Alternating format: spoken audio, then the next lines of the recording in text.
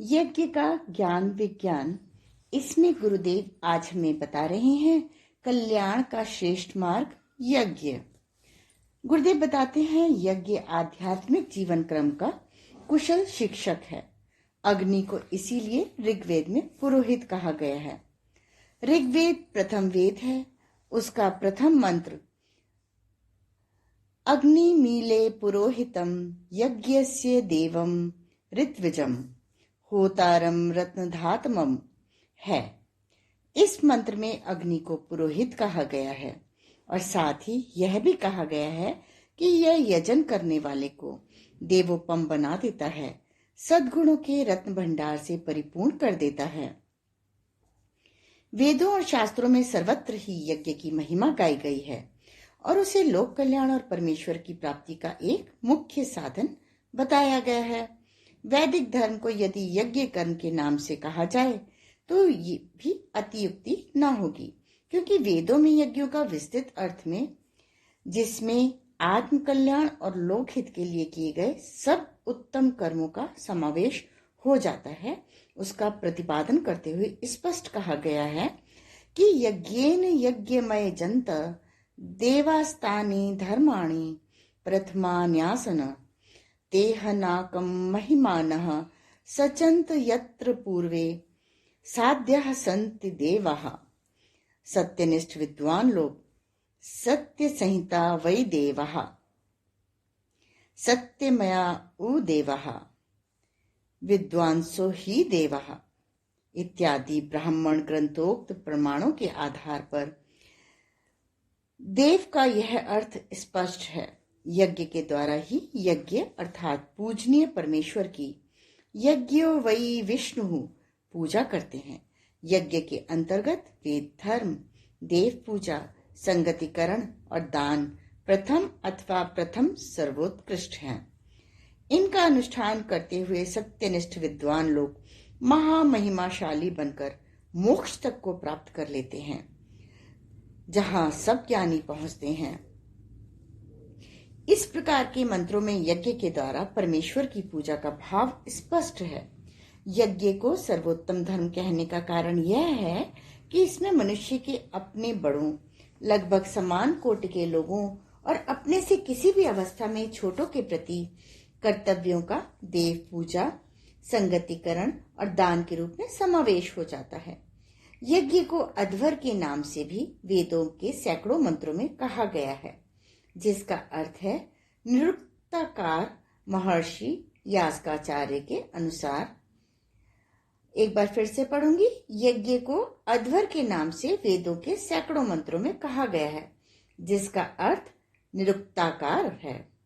महर्षि यास्काचार्य के अनुसार अध्वर इति यज्ञ नाम धरति हिंसा कर्मा तत्प्रतिषेधः, अर्थात हिंसा रहित शुभ कर्म, ऐसे कर्म के संबंध में यह वैदिक प्रार्थना है कि भद्रो नो अग्निराहुतो भद्रा रातिः सुभग भद्रो अध्वरः भद्रा उत प्रशस्तयः।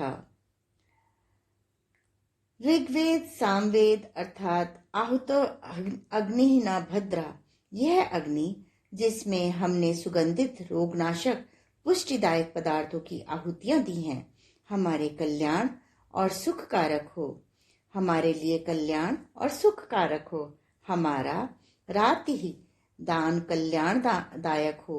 नः अध्वरः भद्रः, हमारा हिंसा रहित यज्ञ रूप शुभ कर्म सदा कल्याण और सुख देने वाला हो, तथा हमारी प्रशस्तयः भद्रः आहुतियां कल्याणकारी हों।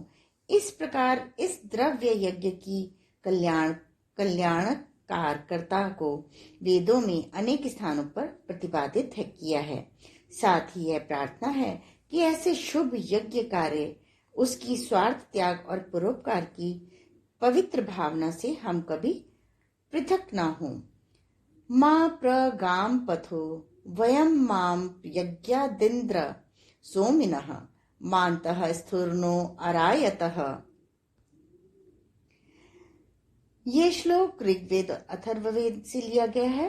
हे परमेश्वर संपन्न प्रभु, हम पर्थः मा प्रगाम, उत्तम धर्म मार्ग से कभी विमुख न हो।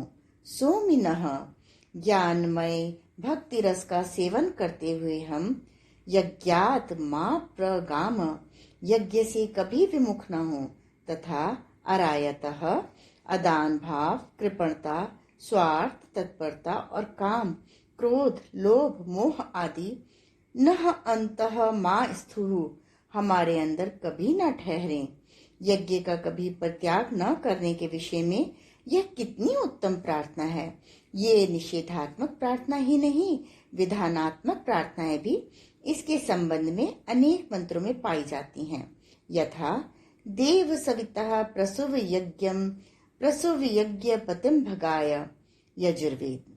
अर्थात हे सविता देव, सर्वोत्पादक, सुख, शांति, आनंद दाता परमेश्वर, हमारे भीतर यज्ञम प्रसुव, यज्ञ भावना और यज्ञ विषयक प्रेम को उत्पन्न करो, और यज्ञपतिम, यजमान को, भगाय प्रसुव, धर्म, ज्ञान, वैराग्य, ऐश्वर्य, यश और शोभा रूप भोग के लिए प्रेरित करो। यजुर्वेद में कहा गया है कि यम यम लोकम अगन यज्ञस्नत स्तता ने भद्रम भूत, जहां जहां भी यज्ञ किया जाए हमारे लिए सुख और कल्याणकारी हो। वेदों के अनुसार यज्ञ से न केवल जलवायु शुद्ध होती है, बल्कि ज्ञान, बुद्धि और बल की भी वृद्धि होती है। जैसे कि ऋग्वेद में कहा गया है, मधुमतम तनुन्पाद यज्ञम देवेषु नः कवे अद्य कृणुहि वीतये।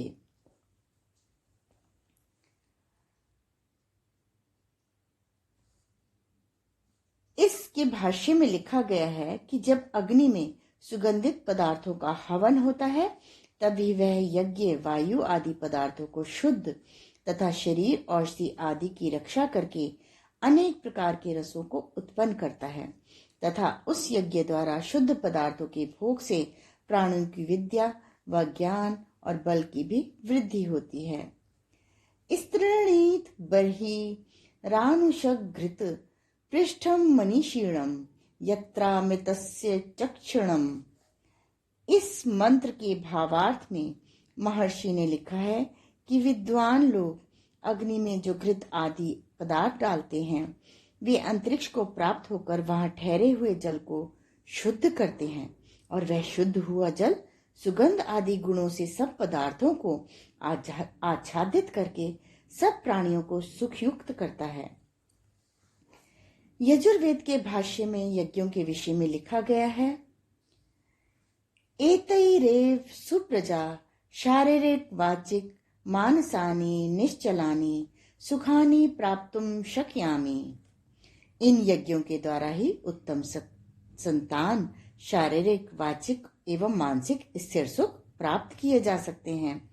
इस प्रकार वेदों में यज्ञ को लोक कल्याण का प्रमुख साधन बताया गया है, जिसके अनुष्ठान से जलवायु आदि की शुद्धि होकर आरोग्य और बल की प्राप्ति हो और बुद्धि तीव्र शुद्ध हो जाए, लोगों में परस्पर प्रेम उत्पन्न होकर सामाजिक संगठन दृढ़ बने। इससे लोक कल्याण होने में संदेह ही क्या हो सकता है। इसीलिए वेदों में कहा गया है, अग्निमिंधानो मनसाध्यम सचेत मर्त्यः अग्निमीधे विवस्वभिः।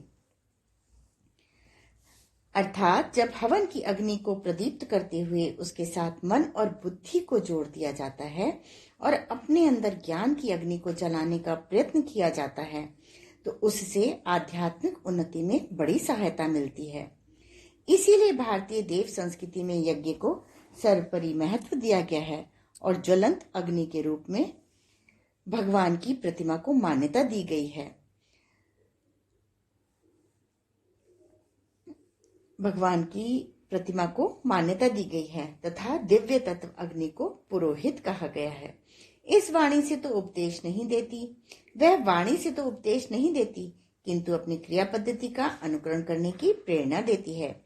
उसे क्रियान्वित करने पर ही गुरु का उपदेश और शिष्य का कर्तव्य पूरा होता है। आज के स्वाध्याय का क्रम यहीं समाप्त होता है। अगले क्रम में हम आगे इसी को कंटिन्यू करेंगे, कल्याण का श्रेष्ठ मार्ग यज्ञ। धन्यवाद।